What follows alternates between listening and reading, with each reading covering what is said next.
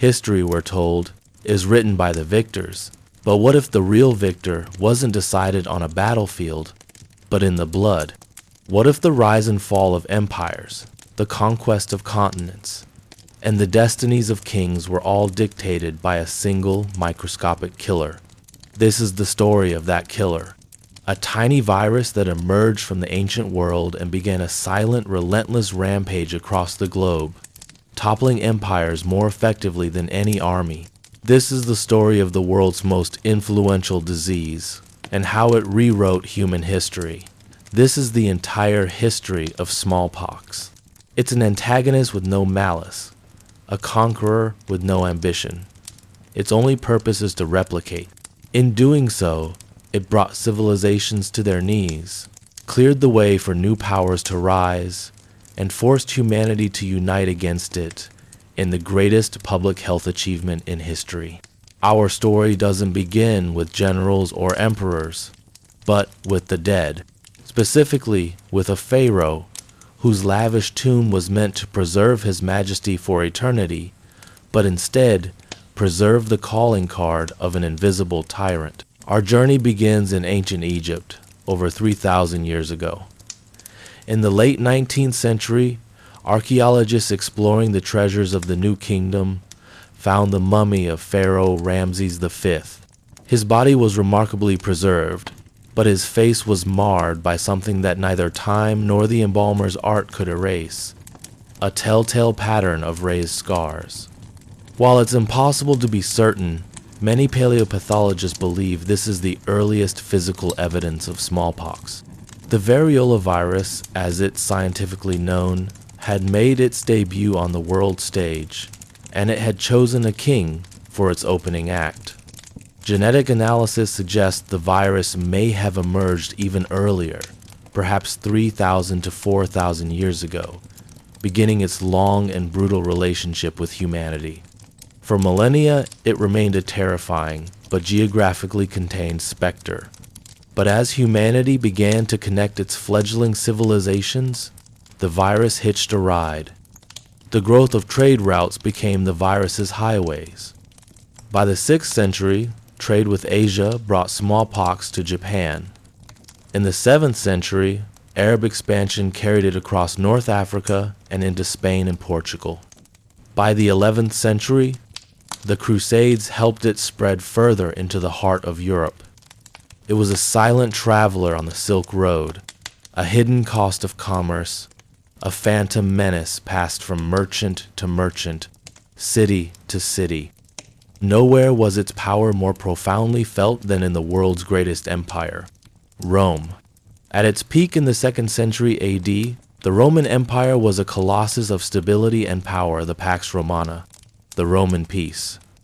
But in AD 165, Roman legions under Emperor Marcus Aurelius sacked the city of Seleucia in Mesopotamia and returned home with more than just the spoils of war. They brought back an unseen enemy that would shake the empire to its very foundations. Known as the Antonine Plague, the epidemic swept through the Roman Empire for 15 brutal years. The Greek physician Galen, an eyewitness, described its horrifying symptoms: fever, a blistering rash, and dark scabs that covered the body. Though still debated by some historians, most believe this was a devastating outbreak of smallpox. The plague was a cataclysm. At its peak, it claimed up to 2,000 lives a day in the city of Rome alone. The total death toll is estimated at 5 to 10 million people, possibly wiping out a tenth of the empire's population. No one was safe. The co-emperor Lucius Verus died from it. Years later, Marcus Aurelius, the philosopher king, would likely succumb to the same disease that had defined his reign. The impact was catastrophic. The legions were hollowed out, with some reports claiming the army was nearly destroyed. This crippling loss of manpower made it nearly impossible to defend the empire's vast borders. To replenish the ranks, Marcus Aurelius was forced to recruit gladiators, slaves, and anyone else who could fight a desperate measure that signaled a crack in the once invincible Roman military machine. The economy was shattered. With fewer farmers, agriculture plummeted, leading to severe food shortages. The labor force vanished, causing a decline in trade and tax revenue. The plague didn't just kill people, it destabilized every part of Roman society, shaking faith in their gods and their government. Some historians argue that the Antonine Plague marked the beginning of the end, a wound from which the Western Roman Empire would never truly recover.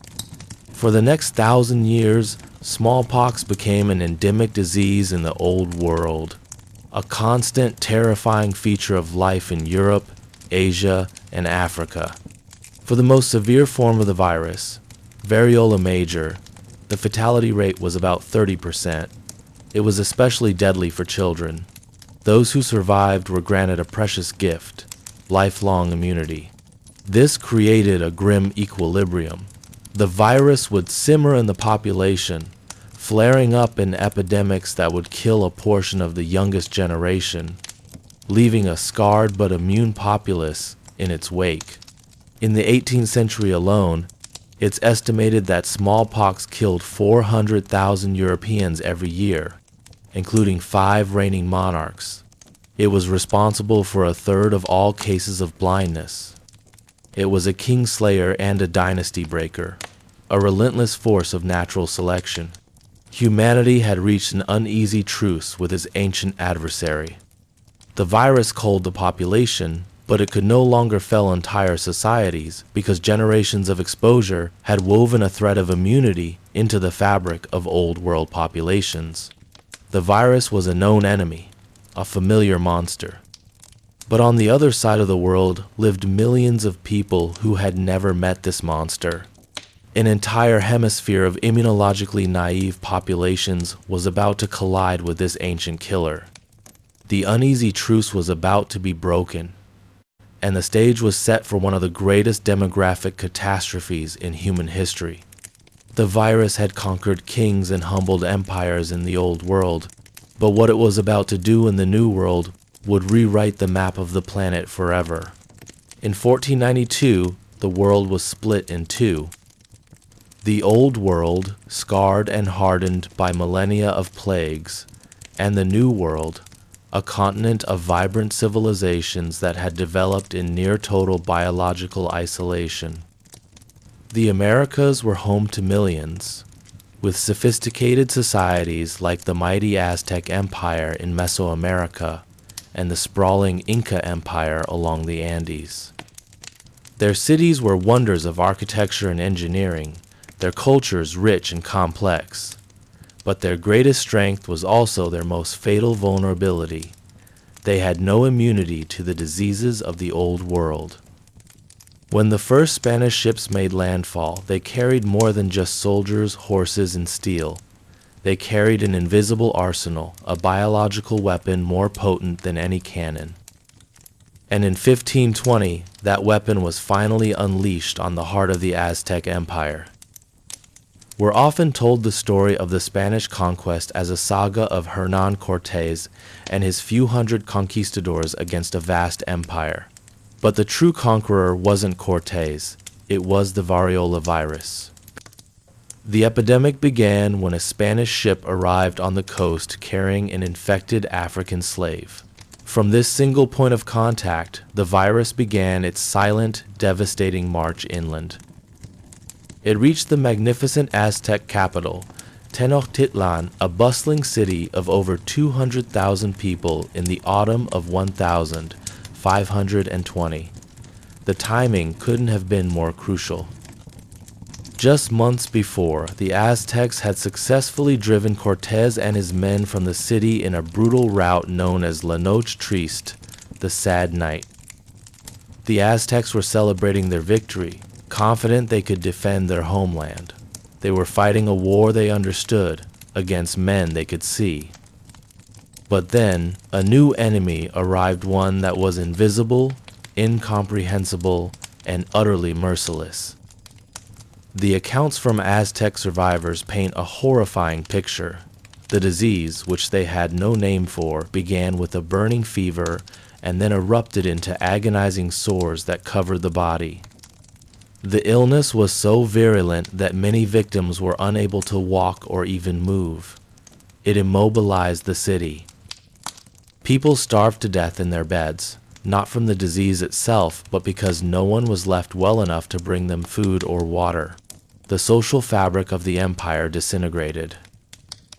The plague raged for 70 days, shattering the Aztec resistance.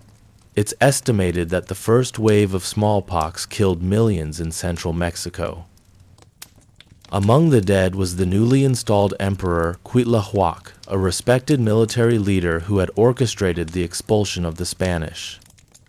His death left the empire leaderless and in chaos at the most critical moment possible. When Cortés and his reinforced army returned to besiege the city in 1521, they found a city hollowed out by grief and death, its warriors weakened, its leadership in disarray, its morale broken. The battle for Tenochtitlan was still a brutal affair, but the outcome had already been decided by the virus. Smallpox had toppled an empire. And the devastation didn't stop there. The virus was a pioneer, moving faster than the European conquerors. From Mexico, it swept down through Central America and into the mighty Inca Empire. The Inca Empire, like the Aztec, was a marvel of organization, connected by a vast network of roads. But these very roads, which carried messages and armies, became perfect conduits for the disease. Smallpox arrived around 1525, years before the conquistador Francisco Pizarro and his small band of soldiers made their fateful landing.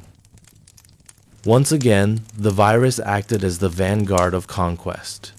It ripped through the population, claiming the life of the powerful Inca emperor Huayna Capac and his chosen heir. Their sudden deaths plunged the empire into a devastating civil war, as two of his remaining sons, Huáscar and Atahualpa, vied for the vacant throne. When Pizarro arrived in 1532, he found not a unified, powerful empire, but a civilization exhausted by plague and civil war.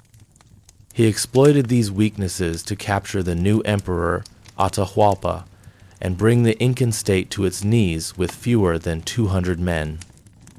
Across the Americas, the story repeated itself. The introduction of smallpox and other European diseases resulted in a demographic collapse of staggering proportions. Estimates suggest that within a century, anywhere from 50% to as high as 90% of the indigenous population of the Americas died from Old World diseases. It was an event that emptied 2 continents. The conquest of the Americas wasn't primarily a military victory, it was a biological one. The empires of the New World weren't felled by superior weaponry or strategy, but by a microorganism that had co-evolved with Europeans and Africans for thousands of years. The variola virus was the silent, and most effective, agent of European colonization. The world would never be the same. The virus had won the battle for an entire hemisphere, but back in the Old World, humanity was finally learning how to fight back. For millennia, humanity had been at the mercy of smallpox. It was a force of nature, an act of angry gods, a grim reaper that came without recourse. Prayer, quarantine, and flight were the only defenses, and they were often useless. But in the face of such despair, the first sparks of human ingenuity began to glow. The first weapon wasn't discovered in a lab, but in the folk wisdom of people in China, India, and the Ottoman Empire. It was a dangerous practice known as variolation. The principle was based on a simple observation. People who survived a mild case of smallpox never got it again. So, the idea was to deliberately induce a mild case in a healthy person to protect them from a likely fatal infection. The method was crude. Practitioners would take pus or powdered scabs from a smallpox victim and introduce them into a healthy person, either by scratching the material into their skin or having them inhale it. The goal was to trigger the body's immune response without unleashing the full fury of the disease. It was a terrifying gamble. Variolation could still kill you. The mortality rate was around 2%, far better than the 30% from a natural infection, but still a significant risk. A variolated person could also become contagious and start a new epidemic. Yet, for centuries, it was the only hope. This practice was largely unknown in Western Europe until the early 18th century, when it was championed by a most unlikely figure, an English aristocrat and writer named Lady Mary Wortley Montagu. In 1716, she moved to Constantinople, where her husband was the British ambassador. Having survived smallpox herself, an ordeal that killed her brother and left her face scarred, she was keenly aware of its horror. In Turkey, she observed variolation and was astonished by its success. Convinced of its power, she had her own young son inoculated in 1718. When she returned to England during a severe smallpox epidemic in 1721, she made a bold public move. She had her 4-year-old daughter variolated in London in the presence of court physicians. She was met with fierce resistance from doctors and the church, who saw it as dangerous and unnatural. But Lady Mary was a formidable and well-connected woman. Her passionate promotion caught the attention of the Princess of Wales, leading to the royal experiment, where 6 prisoners were offered a pardon if they underwent the procedure. When all 6 survived and proved immune, the practice became fashionable among the elite. Lady Mary had, through sheer force of will, brought the first tool in the fight against smallpox to the West. Variolation was a crucial first step, but it wasn't the final solution. That would come from a quiet country doctor in Gloucestershire, England, who would make one of the most important discoveries in medical history. His name was Edward Jenner. Jenner performed variolations, but he was troubled by the risks. He was also aware of a piece of local folklore. The saying went that if you caught cowpox, a mild disease from cows that could be transmitted to milkmaids, you would never catch smallpox. Where others saw an old wives' tale, Jenner saw a hypothesis. In May of 1796, his moment came. A dairymaid named Sarah Nelmes had classic cowpox lesions on her hand from a cow named Blossom. Jenner saw his opportunity to conduct a revolutionary and, by today's standards, highly unethical experiment. He chose an 8-year-old boy named James Phipps, the son of his gardener. On May 14th, Jenner took material from Sarah's cowpox sore and scratched it into James's arm. The boy developed a mild fever but quickly recovered. The truly terrifying part came 2 months later. Jenner deliberately exposed James Phipps to the variola virus itself. This was the moment of truth. Jenner watched and waited. The boy remained perfectly healthy. He was immune. The folk wisdom was true. Jenner called his new technique vaccination, from the Latin word for cow, vacca. He had created a safe, reliable method for conferring immunity. He had developed the world's first vaccine. Jenner's discovery was a monumental turning point. It was the moment humanity went on the offensive. Leaders like Napoleon Bonaparte and Thomas Jefferson championed the cause. For the first time, there was a true weapon, forged by scientific observation, to wield against our ancient foe. The path to victory was now clear, but the final battle would require an effort of unprecedented scale. The story of smallpox is not only one of sudden conquest and collapse, as it was in the New World, but also one of endurance and uneasy coexistence in the Old World. Long before conquistadors brought the disease across the Atlantic, smallpox was already an intimate and horrifying companion in Asia and Africa. To trace its path through these lands is to watch how entire civilizations learned to live under its shadow, and how those same societies slowly, painfully, developed the first tools to fight back. The earliest evidence we have of smallpox lies not in Europe, but in the arid sands of Egypt. Mummified remains, including the body of Pharaoh Ramses V, who died in 1157 BCE, show pockmarked scars etched into preserved flesh. Here, in the heat of the desert tombs, lies proof that smallpox was already entrenched in human life more than 3,000 years ago. The scars tell a silent story. They are not marks of battle or accident. They are the residue of infection, a microscopic invader that left its brand upon royalty as easily as it did upon peasants. From Egypt, the disease seems to have traveled eastward, carried along the veins of trade and conquest. Merchants, soldiers, and pilgrims unknowingly became couriers of the virus. Each exchange of silk, spice, or gold was also an exchange of pathogens. The Silk Road, that glittering artery of commerce connecting the Mediterranean to China, was also the hidden highway of smallpox. The caravans carried not only goods, but also invisible riders waiting to leap from host to host. In India, the presence of smallpox is recorded in texts dating back at least to the first millennium CE. Sanskrit writings describe a disease called mazurika, characterized by fever, pustules, and scarring. In Hindu tradition, smallpox was personified as the goddess Shitala Mata, whose name means the cool one. She was both feared and venerated, believed to wield the power to spread the disease and to cure it. Offerings of food and flowers were laid at her shrines. Villagers would pray for mercy, for the goddess to cool the fevers of their children. It is here, in India, that humanity first began experimenting with the idea of prevention, in a practice that would later spread across Asia and inspire one of the greatest breakthroughs in medicine, variolation. But before variolation, there was resignation. The disease was not understood in terms of microbes or immunity. It was understood as fate, as divine will. Families would watch as the illness swept through, taking some and sparing others with no apparent logic. Survivors bore the scars on their faces, permanent reminders of their narrow escape.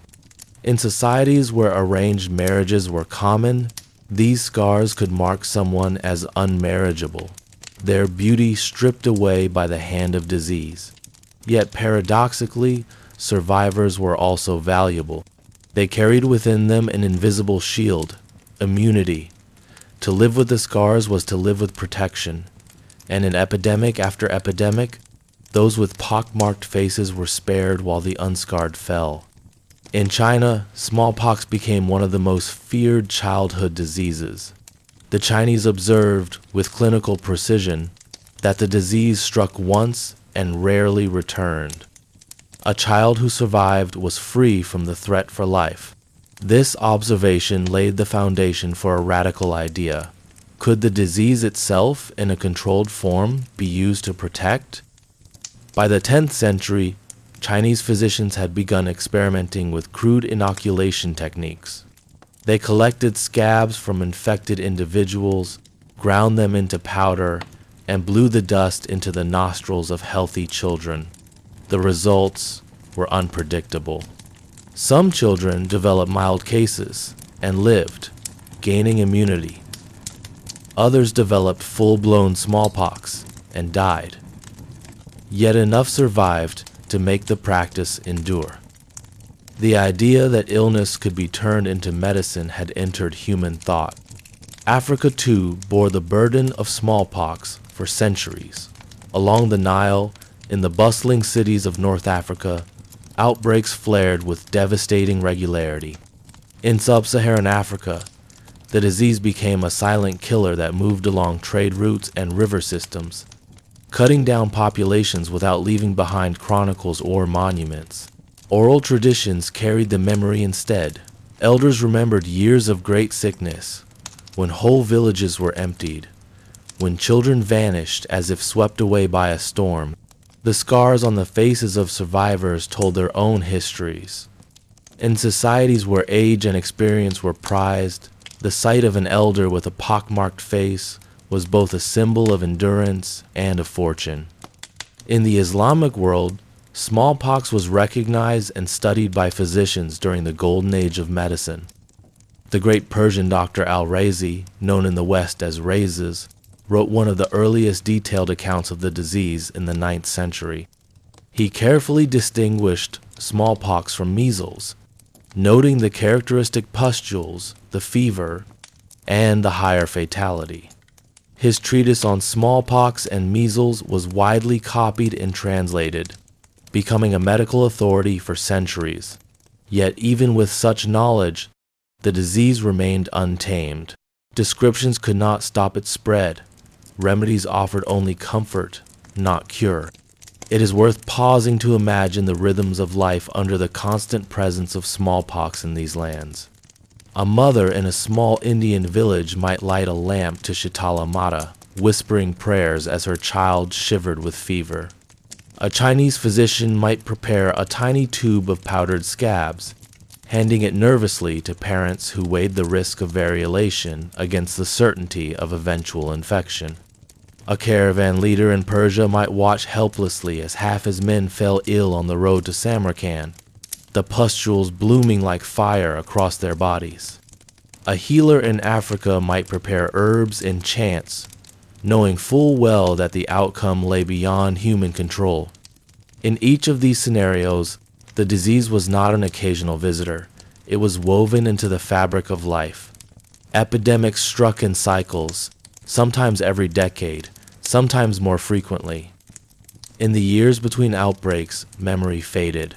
Then, with sudden cruelty, smallpox would return, cutting down a new generation of children, leaving behind fresh scars on the survivors.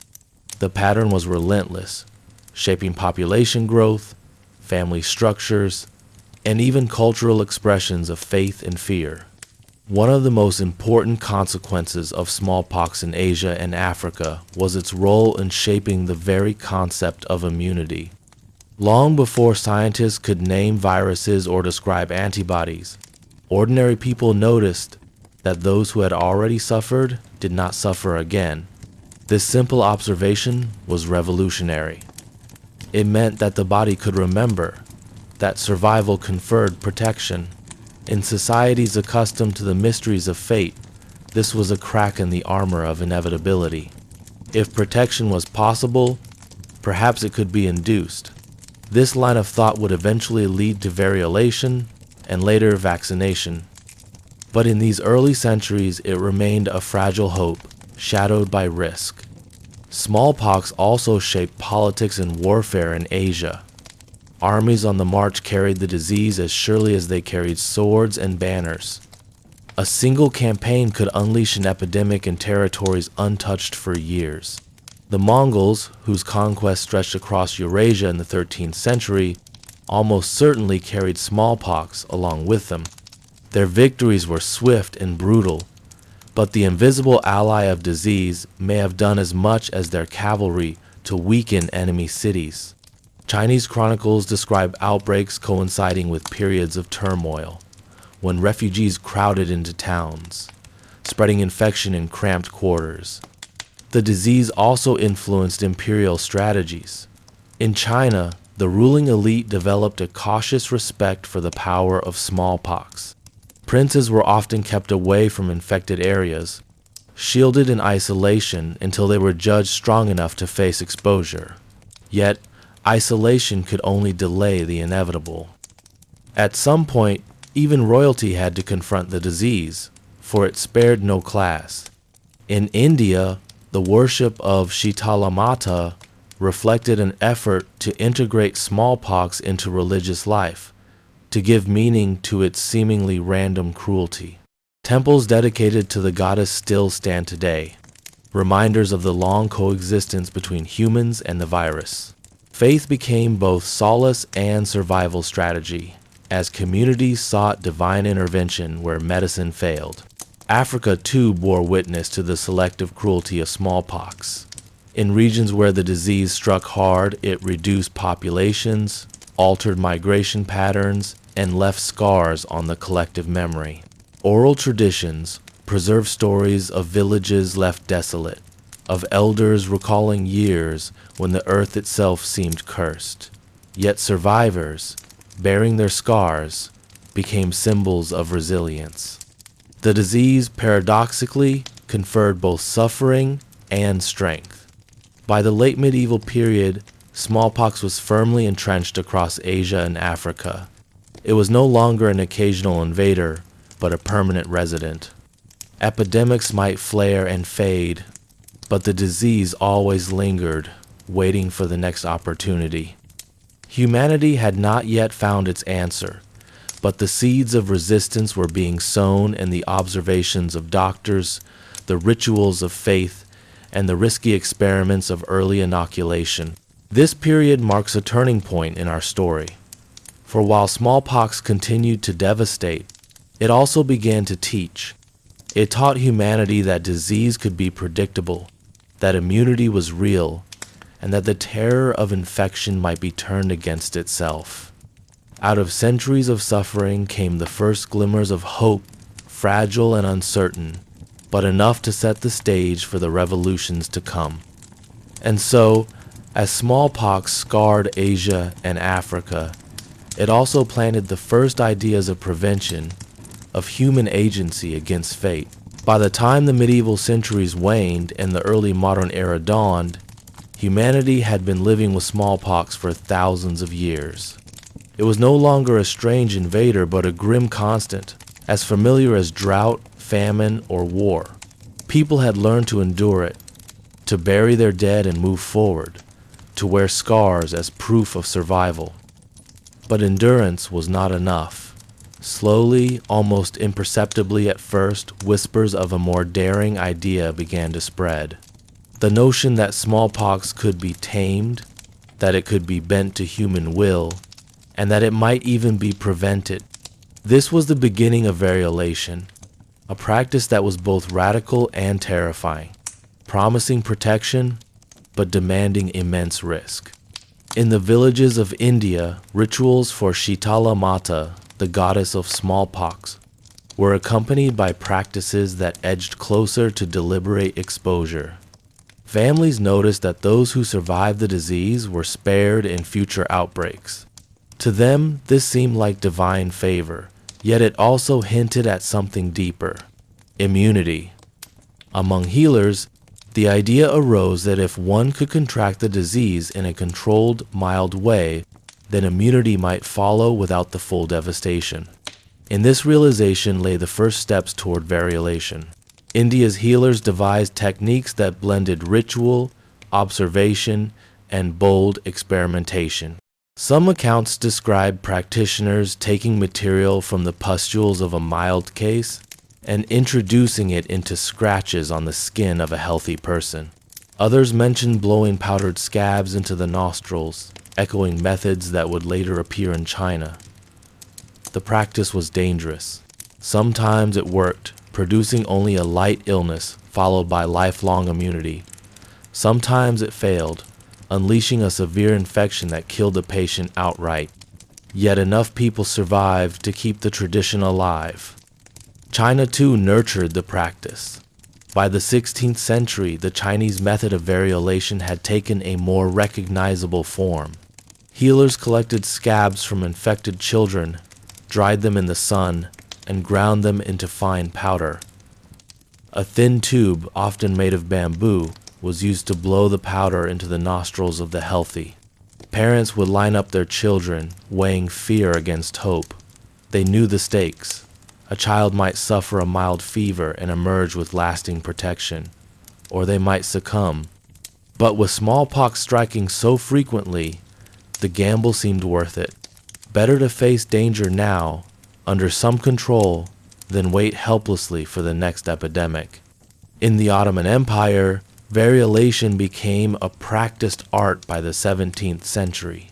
The empire's physicians had absorbed knowledge from across Asia, and smallpox prevention took root as part of elite culture.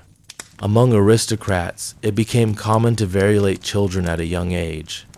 The practice was not without opposition. Religious authorities debated whether it was an affront to divine will or whether it was in fact a form of divine wisdom granted to humans. For many, the evidence was undeniable. Variolated children survived while unprotected children perished in epidemic waves. The spread of variolation across regions was not the work of armies or merchants alone. Women played a surprisingly crucial role. In many places, variolation was carried out not by doctors, but by elderly women who had inherited the practice from their mothers.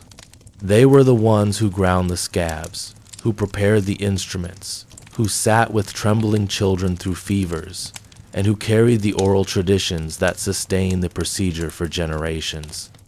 They operated outside official medicine, yet they were guardians of one of humanity's earliest public health strategies. Still, variolation was never safe. Mortality rates varied widely.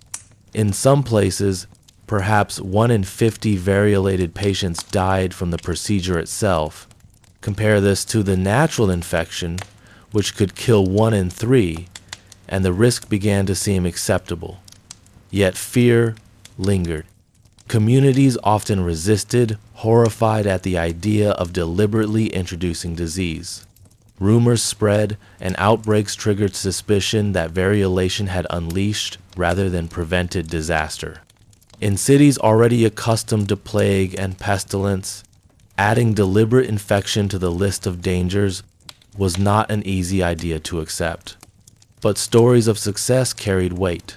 In households where variolation had spared children, neighbors noticed. In courts where princes survived, rulers took note. Variolation thus spread not in a steady wave, but in scattered sparks, leaping across cultures and continents as ideas often do, through testimony, rumor, and imitation. In England, variolation arrived through one of the most unlikely couriers of medical history, Lady Mary Wortley Montagu. The wife of a British ambassador to the Ottoman Empire in the early 18th century, she had herself survived smallpox years earlier, though her beauty was forever scarred. In Constantinople, she observed the local women carrying out variolation on their children. The memory of her own disfigurement, combined with her maternal instincts to protect her offspring, convinced her of its merit. She had her young son variolated there in Constantinople under the care of Ottoman practitioners. When the boy survived, she became convinced that this Eastern practice was a miracle Europe desperately needed. Upon her return to England, Lady Mary championed variolation with fervor. She arranged for her daughter to undergo the procedure in London, making the process visible to the skeptical English elite. Her advocacy was not met with universal acceptance. Physicians were divided. Some saw promise, others saw reckless folly. Religious voices questioned whether it was sinful to interfere with divine judgment. Yet the evidence grew.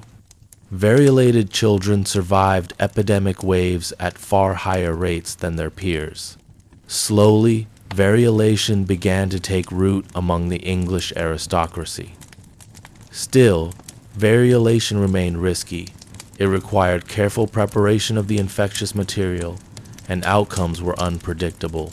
Patients undergoing the procedure became contagious themselves, sometimes sparking outbreaks in their communities. The fear of causing harm lingered, and variolation never became universal. Yet it represented a turning point. For the first time, humanity was no longer passively waiting for smallpox to strike. People were actively intervening, deliberately seeking to shape their destiny in the face of the disease.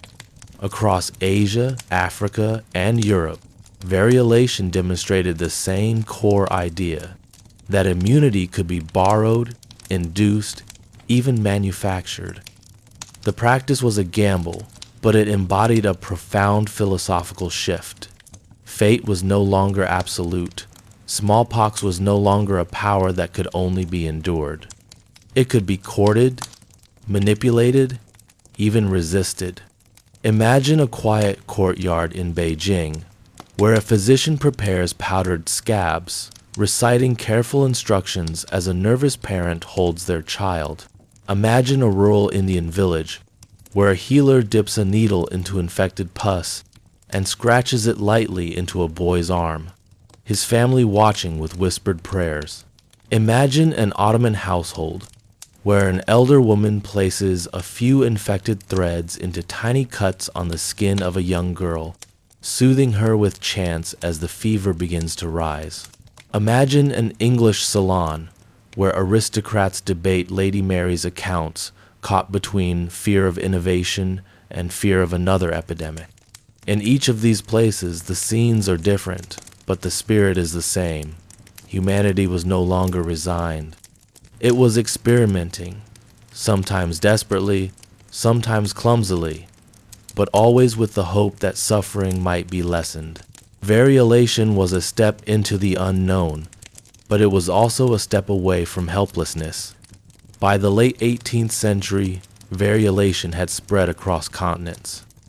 In the American colonies, African slaves carried knowledge of the practice, passing it to communities that otherwise would have remained defenseless. During the outbreak in Boston in 1721, a man named Onesimus, an enslaved African owned by the Puritan minister Cotton Mather, described the practice he had known in Africa. With his testimony, Mather persuaded physicians to attempt variolation during the epidemic. Controversial as it was, the procedure saved many lives and left a mark on the colony's medical history. Thus, variolation became not only a medical technique, but also a cultural bridge, carried by women, slaves, merchants, and travelers. It represented the shared human struggle against smallpox, a collective if uneven effort to turn the tide of history. The practice was far from perfect. It was risky, deadly for some, and resisted by many. Yet it prepared the ground for what was to come. Without variolation, vaccination would never have been imaginable. In the centuries of trial and error, of whispered remedies and dangerous experiments, humanity had inched closer to victory without even realizing it. Variolation was not the final answer, but it was a proof of concept, an early draft of the idea that smallpox could be conquered. The day would come when that draft was rewritten, perfected, and spread across the globe. But before the age of vaccination, variolation stood as both hope and hazard, a fragile candle flickering in the darkness of epidemic after epidemic. For the millions who underwent it, variolation was more than a medical act. It was a defiance of fate, a refusal to accept helplessness. It was the first time humanity looked at smallpox and said, "No longer will we simply endure. We will fight, even if the cost is high." And in that defiance, a new chapter of history was set in motion. By the late 18th century, the old gamble of variolation had spread across much of the world. In China, India, the Ottoman Empire, and Europe, countless families weighed the risk of controlled infection against the certainty of future epidemic waves. Variolation saved many lives, yet its dangers were undeniable. Death still came to some who underwent the procedure, and outbreaks were sometimes traced directly to variolated patients. Humanity had made progress, but the answer remained incomplete. It would take an unlikely figure in an English countryside village, a physician with a quiet curiosity and a stubborn patience, to transform that imperfect gamble into one of the most profound breakthroughs in human history.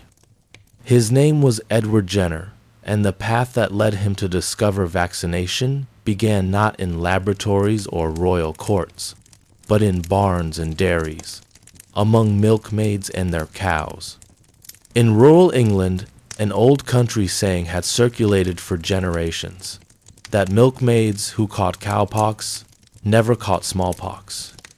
Cowpox was a mild disease of cattle, occasionally transmitted to humans through cuts on the hands during milking. It produced pustules similar to smallpox but caused only slight illness in people. Milkmaids who bore the marks of cowpox on their hands and arms often claimed with pride that they were safe from the deadly smallpox that scarred so many others. Local gossip turned this observation into folklore, but Jenner saw in it the possibility of a medical truth. Edward Jenner was not the first to hear the story of the milkmaids. Physicians before him had noted the idea, some even speculating that exposure to cowpox conferred protection. Yet none had pursued it with systematic rigor. Jenner, trained as a doctor, but also gifted with a naturalist's patience, was determined to test the claim. He lived in Gloucestershire, a countryside rich with dairies, where the opportunity to observe cowpox was never far away. In May of 1796, Jenner carried out the experiment that would change the world. He took material from the hand of a milkmaid named Sarah Nelmus, who had a fresh case of cowpox. With a lancet, he scratched the material into the arm of an 8-year-old boy, James Phipps, the son of his gardener. The boy developed a mild illness, with fever and discomfort, but soon recovered. Weeks later, Jenner exposed the boy deliberately to smallpox, using the variolation method. To Jenner's relief and excitement, the boy did not develop the disease. He was immune. It was a daring act, bordering on reckless by modern standards, but it was also visionary. Jenner had demonstrated that immunity could be induced by exposure to a related but safer disease. The principle was elegant. Cowpox, a cousin of smallpox, could train the human body to resist its far more dangerous relative. This was not mere rumor anymore. It was evidence. Jenner repeated the procedure with more subjects, carefully recording outcomes. Again and again, those vaccinated with cowpox material resisted smallpox infection. He published his findings in 1798 under the title An Inquiry into the Causes and Effects of the Variolae Vaccinae. The term vaccinae came from the Latin word for cow, vacca. From this root would come the word vaccine, a word that today defines one of the most powerful tools in medicine. The reaction to Jenner's work was mixed. Some hailed it as a miracle, a safer and more reliable alternative to variolation. Others condemned it as dangerous, unnatural, or even blasphemous. Critics mocked the idea of introducing animal matter into human bodies. Satirical cartoons of the era depicted vaccinated patients sprouting horns and cow-like features, as if the essence of the animal would overtake them. Yet despite ridicule, the evidence mounted. Those who received the vaccine did not contract smallpox. Unlike variolation, vaccination carried almost no risk of triggering full-blown smallpox because cowpox was a different virus altogether. Patients developed mild symptoms, but mortality was negligible. Communities that embraced vaccination saw death rates plummet during outbreaks, while neighboring communities that clung to variolation or rejected intervention suffered far higher losses. The difference was stark enough to silence many skeptics over time. Jenner's discovery did not remain confined to England. The news spread rapidly across Europe, carried by physicians eager to test the method for themselves. Napoleon Bonaparte, who at the time commanded the French army, became an advocate of vaccination, ensuring his troops received it. The disease that had once threatened to cut down armies was now being neutralized by a simple procedure with origins in a milkmaid's tale. Beyond Europe, the vaccine spread across oceans. Spanish doctors carried it to colonies in the Americas and the Philippines. In one extraordinary effort, known as the Balmas Expedition of 1803, the Spanish crown organized a global vaccination campaign. Because the vaccine material could not survive long outside the human body, it was transported in a living chain. A group of orphan children were variolated with cowpox in succession, each child carrying fresh pustules from which material could be taken for the next. This human chain of transmission ferried the vaccine across the Atlantic, through the Caribbean, and into South America. and eventually to Asia. It was one of the earliest examples of an international public health campaign. The spread of vaccination was not smooth or universal. Resistance persisted. Some communities distrusted the procedure, fearing both its safety and its moral implications. Religious objections echoed those once leveled against variolation. Was it right to interfere with divine will? Others worried about contamination, imagining monstrous consequences of mingling human and animal disease. Yet again and again, evidence proved decisive. Outbreaks devastated the unvaccinated, while the vaccinated were spared. The adoption of vaccination transformed not just medicine, but society. For centuries, smallpox had been a constant terror, striking every generation, leaving death and disfigurement in its wake. Suddenly, there was hope of prevention without the risk of inducing the disease itself. Parents no longer faced the terrible choice between leaving their children unprotected or exposing them to variolation. A new path had opened, one that promised both safety and immunity. For Edward Jenner, the triumph was both personal and global. He continued to promote vaccination, corresponding with physicians around the world, offering guidance and encouragement.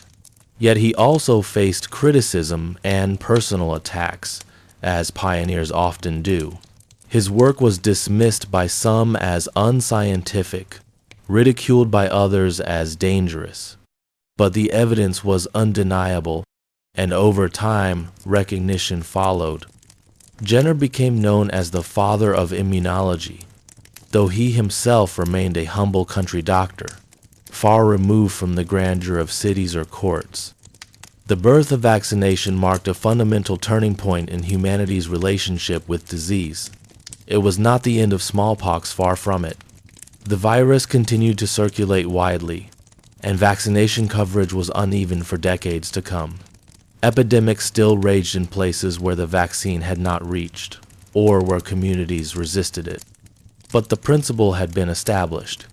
Disease could be prevented without exposure to its deadly form. Vaccination was not only a medical advance, it was a philosophical one. For millennia, humans had lived under the rule of fate, resigned to the cruelty of epidemics. Variolation had been a first rebellion, a dangerous gamble against destiny. Vaccination was something different. It was not a gamble, but a calculated shield. It represented the idea that humanity could not only resist disease, but perhaps even eliminate it.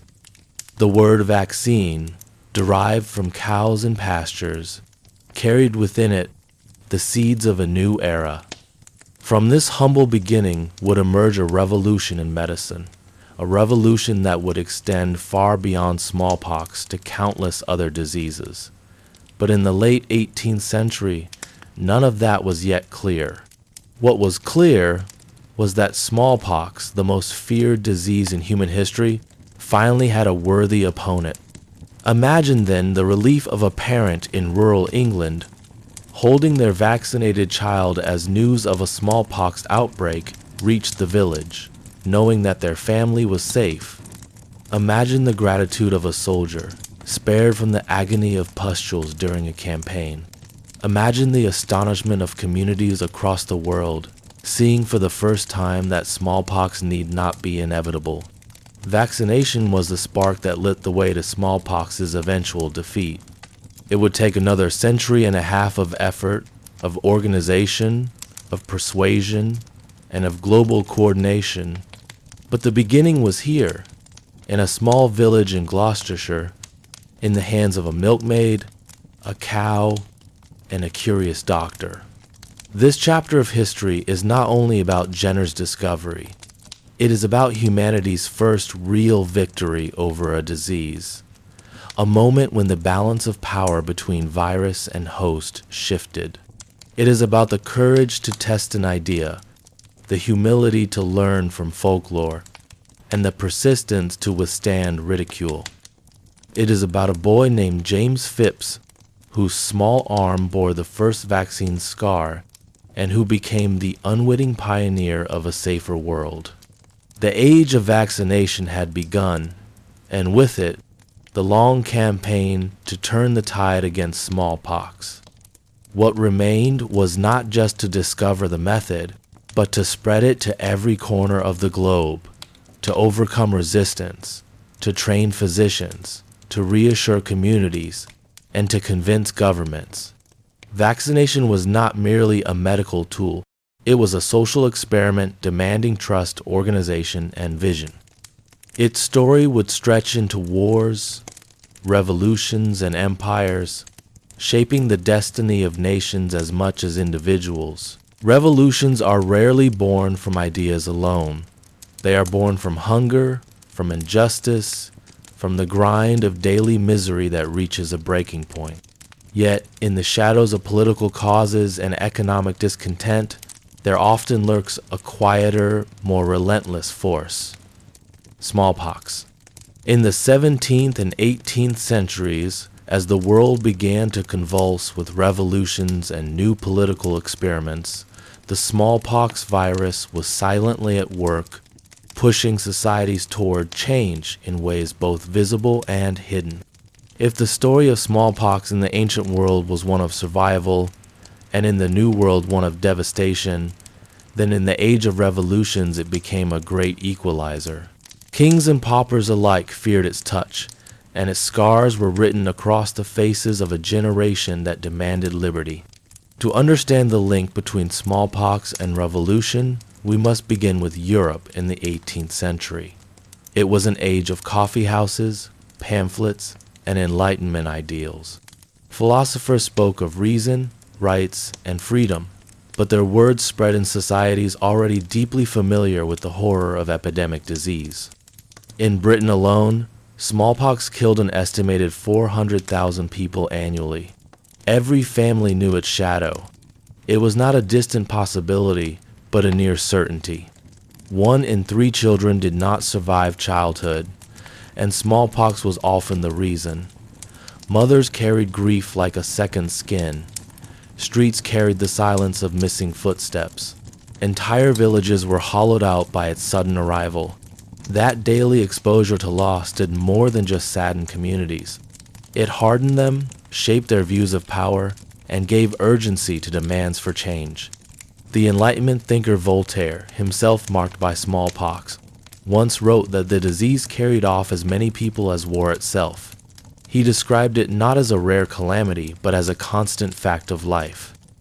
To live in the 18th century was to live with the expectation of smallpox. It was an invisible weight pressing down on every decision, every romance, every ambition.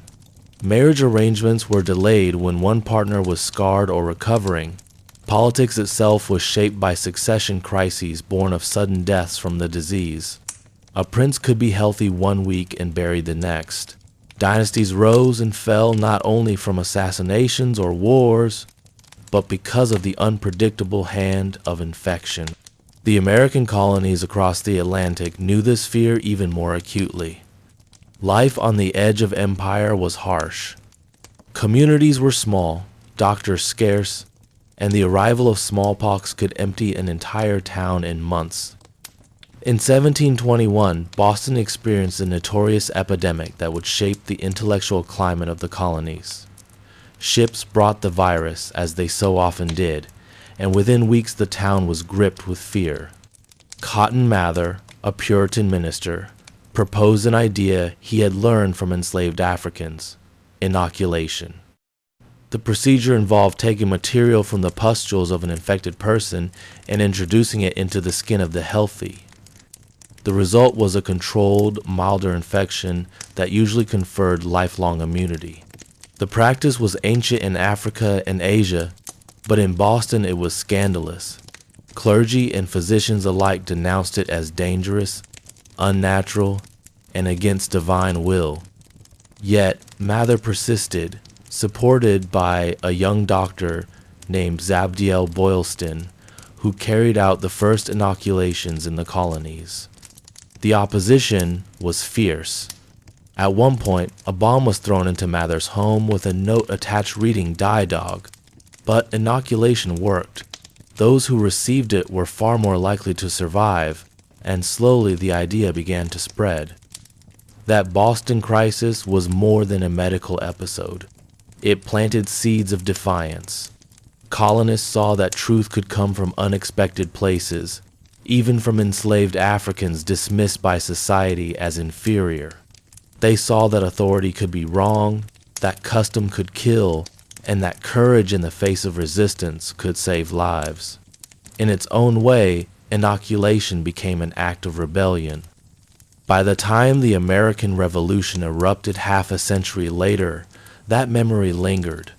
George Washington himself, scarred by smallpox from his youth in Barbados, understood its danger better than most. During the Revolutionary War, he ordered the mass inoculation of the Continental Army. It was one of the most radical military decisions of the era. At a time when armies were often decimated by disease before they ever faced battle, Washington's choice gave the revolutionaries an edge. Smallpox had been the silent ally of European conquerors in the Americas, but now, through inoculation, it became the silent ally of those fighting for independence. Across the Atlantic, smallpox played a different but equally crucial role in Europe's revolutions. In France, the 18th century was one long wrestle with scarcity, inequality, and disease. Smallpox haunted the monarchy as much as the people. Louis XV, once hailed as the beloved, died of smallpox in 1774.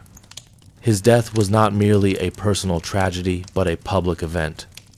Crowds refused to accompany his funeral procession, fearing contagion from the royal corpse. The monarchy, already wobbling under the weight of debt and discontent, was further weakened by this humiliation. The people whispered that kings were no safer than peasants from the invisible tyrant. The idea that monarchy carried divine protection was undermined every time a royal coffin was lowered into the ground because of smallpox. In a society already primed for revolution, disease stripped away the aura of invincibility from the throne. The scars of survivors also played a cultural role. Portraiture in the 18th century often struggled with how to depict smallpox victims. Nobles and monarchs bore disfigurements that painters either softened or hid. Yet in public, those scars were visible reminders of vulnerability. In marketplaces and taverns, men and women carried the same pockmarked faces as their rulers. That visual equality was subtle but powerful. When revolutionaries later spoke of liberty, equality, and fraternity, their listeners did not need to be convinced that life's cruelties were shared across rank. They had seen it with their own eyes. Smallpox also reshaped the very idea of governance. Governments were slow to accept inoculation, often fearing public unrest or questioning its morality. But the more communities embraced it, the more rulers faced pressure to act. Catherine the Great of Russia became one of the first monarchs to undergo inoculation, setting an example for her people. Her decision was not merely about health. It was a political statement. By embracing science and risk, she aligned herself with progress and rationality. Leaders who resisted such measures appeared increasingly out of step with the age. Thus, smallpox forced rulers to confront not just the disease, but the wider expectations of their people. Protect us, citizens demanded, or lose legitimacy. In colonies across the world, smallpox was a double-edged force. It devastated indigenous populations, making conquest easier. But it also destabilized colonial regimes by fueling unrest among enslaved Africans and poor settlers. In the Caribbean, smallpox outbreaks killed thousands of enslaved workers on plantations. To plantation owners, it was an economic disaster. To the enslaved, it was another chapter of suffering in a world already steeped in cruelty. Yet, in the rhythms of survival, there were whispers of resistance. Knowledge of African inoculation techniques circulated quietly, sometimes in defiance of white overseers. That knowledge not only saved lives but became a thread of cultural continuity, a way of preserving dignity in the face of dehumanization. In this sense, smallpox inadvertently nurtured solidarity among the oppressed, laying the groundwork for future uprisings. By the close of the 18th century, smallpox had left its mark on every revolutionary moment. In America, it had helped the colonies break free. In France, it had exposed the weakness of monarchy. In Haiti, the fear of disease both suppressed and emboldened resistance. And in Europe, it had forced rulers to consider science as a tool of legitimacy. No manifesto, no speech, no rallying cry of liberty was untouched by the invisible influence of the virus. The revolutions that reshaped the modern world were born not only in salons and parliaments, but in sick rooms and graveyards. As the 19th century dawned, the world stood at the edge of a transformation. The Enlightenment had opened minds. Revolutions had redrawn maps. But smallpox was still there, waiting. The next chapter in his story would not be written by kings or rebels, but by a country doctor in the English countryside, who noticed something peculiar about milkmaids. The great age of empires and revolutions had revealed the power of inoculation. Now humanity was about to stumble upon something even greater: vaccination. The 18th century had left the world exhausted. Empires had risen and fallen, revolutions had toppled thrones, and philosophies had lit the minds of ordinary people with new dreams of liberty and progress. Yet one old enemy remained, as constant as the sun and the seasons. Smallpox still claimed lives in every town, every village, every continent where humans lived. Inoculation, that ancient practice born in Africa and Asia, had shown itself to be powerful. It had protected armies, saved families, and created sparks of resistance against established authorities. But inoculation had dangers of its own. It still required the deliberate infection of the patient with live smallpox matter. Sometimes the illness was mild, other times it was fatal. The procedure saved far more lives than it took, but its risks left many hesitant. It was not yet the miracle humanity longed for. That miracle would come not from a palace or a great university, but from a quiet English village, where a country doctor listened to the chatter of milkmaids and dared to believe their gossip might hold a truth larger than any library. His name was Edward Jenner, a country doctor. Jenner was not born into privilege. He was the son of a vicar in the Gloucestershire countryside, born in 1749. From an early age, he showed curiosity for the natural world.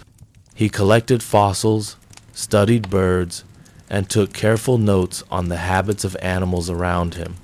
This love of observation would shape his entire career.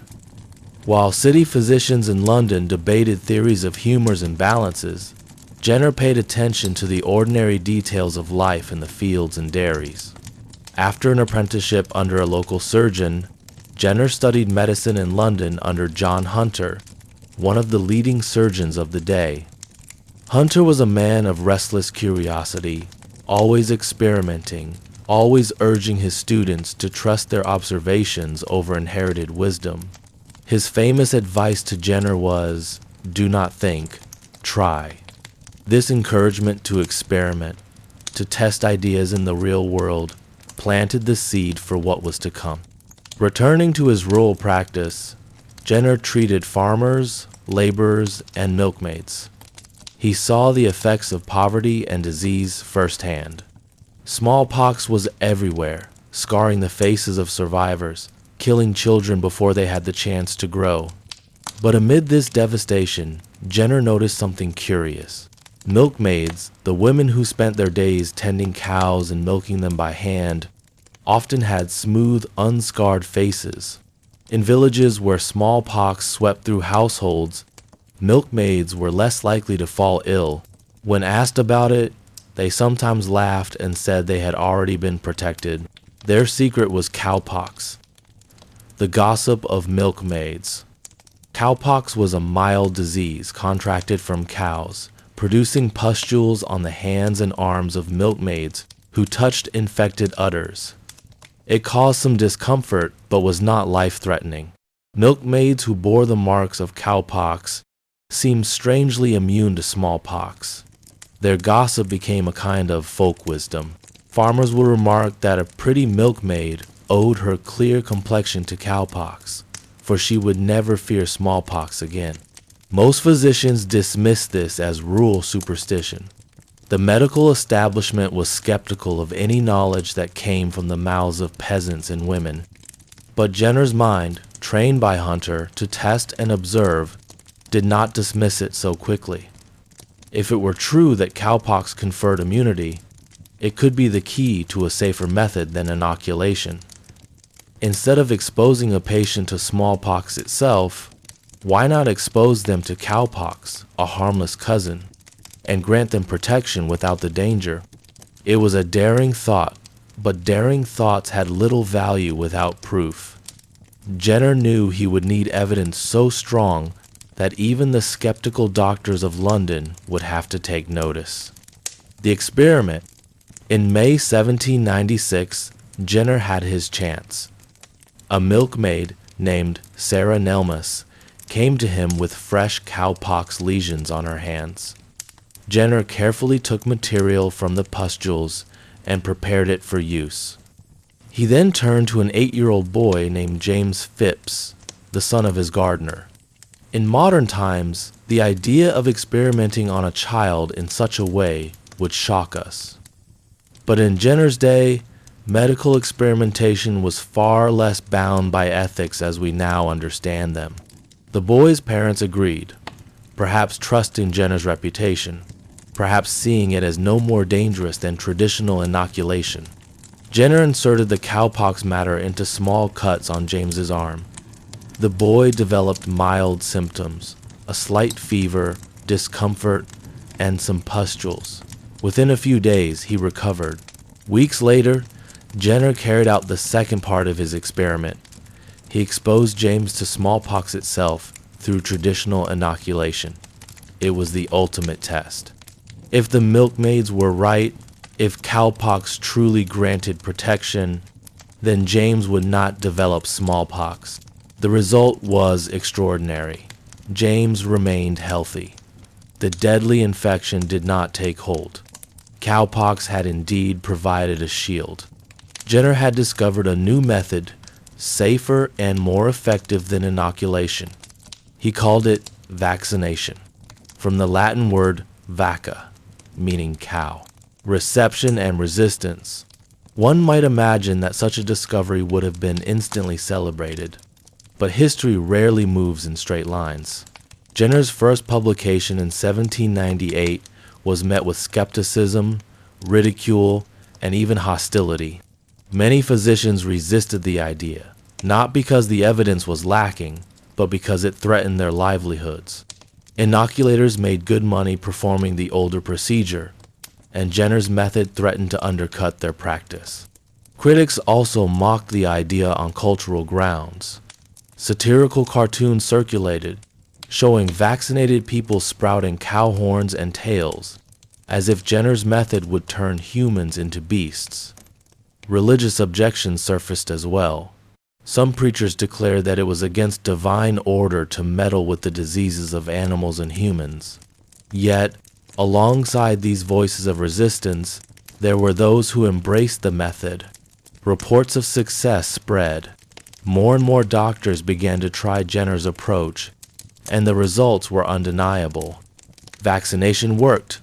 It did not cause outbreaks, as inoculation sometimes did. It was cheaper, easier, and far safer. Slowly, the tide of opinion shifted. What had begun as rural gossip from milkmaids became a revolution in medicine. A quiet revolution. The spread of vaccination in the early 19th century was nothing short of transformative. Governments began to see its value. Armies adopted it to protect their soldiers. Parents sought it to safeguard their children.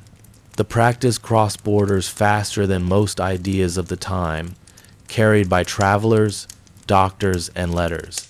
In a matter of decades, vaccination was known across Europe, the Americas, Asia, and Africa.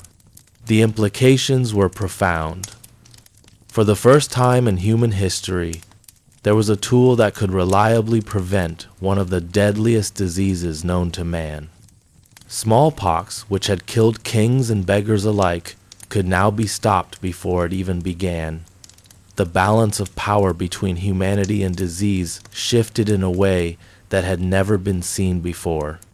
But vaccination was more than a medical technique. It was a cultural turning point. It changed how societies thought about disease prevention and science itself. No longer was health left entirely to fate or prayer. Human ingenuity had shown that it could outwit even the most ancient and feared of enemies. For ordinary people, vaccination offered hope where once there had only been resignation. For rulers, it became a tool of legitimacy, a way to demonstrate their care for their subjects. For scientists, it was proof that careful observation and experiment could reshape the world. Jenner's legacy. Edward Jenner did not profit greatly from his discovery. Unlike many inventors, he did not patent his method. He believed vaccination was a gift to humanity, and he wanted it to spread freely. His humility in this regard is part of why his name is still remembered with such respect. He continued to practice medicine in his village, offering care to his neighbors, writing letters, and advocating for vaccination until his death in 1823. The world he left behind was already transformed. Vaccination had taken root, and smallpox mortality was beginning to decline. The disease was far from gone. It would still claim millions of lives in the 19th century. But for the first time in millennia, humanity had a weapon that could win not just battles, but perhaps the entire war. Beyond Jenner, what Jenner began did not end with him. Others improved upon his method, creating more stable ways to transport the vaccine, more reliable tools for administering it, and more organized campaigns for spreading it. In time, vaccination would become one of the first great public health movements, involving governments, churches, and ordinary citizens alike. The story of smallpox was no longer just about death and despair. It was becoming a story about cooperation, science, and the possibility of victory. The gossip of milkmaids had become the foundation of a medical revolution. Jenner's small act of curiosity had set humanity on a path that would eventually lead, nearly 2 centuries later, to the eradication of smallpox itself. But before that triumph could be achieved, vaccination would have to travel the globe, overcoming cultural resistance, political turmoil, and logistical nightmares. The 19th century would see the rise of mass vaccination campaigns, the spread of empire, and the complicated entanglement of medicine with colonial ambition. The story of smallpox was not yet over. It was only entering its next chapter. The story of smallpox has always been a story of paradoxes. It was both invisible and undeniable, both ancient and modern, both merciless and yet, strangely, a catalyst for unity. For thousands of years, it dictated the fate of kings and commoners alike. It decided battles without stepping onto the field. It erased generations in silence while monuments and empires crumbled above the bones it left behind. By the 20th century, humanity had endured centuries of this unrelenting adversary. But something had shifted. For the first time in history, we were not simply reacting to its destruction, we were hunting it. The mid-20th century was marked by optimism. The world had emerged battered but unbroken from the Second World War. The new age of international institutions had begun: the United Nations, the World Bank, the IMF, and importantly, the World Health Organization. Diseases did not respect borders. and the newfound cooperation between nations offered a chance to turn humanity's scattered victories against disease into a united global campaign. Smallpox was high on the list. It had already been eliminated in much of Europe and North America thanks to widespread vaccination campaigns throughout the 19th and early 20th centuries. Yet in Asia, Africa, and parts of South America, the virus still roamed freely, sowing terror in villages, cities, and refugee camps. The disease carried no cure, no treatment, only prevention. That made it both daunting and uniquely vulnerable. The challenge was staggering. How do you eliminate a disease that thrived wherever poverty and war persisted? How do you vaccinate entire populations when many lived far from clinics or hospitals, when roads dissolved into mud with the rains, when politics made regions inaccessible?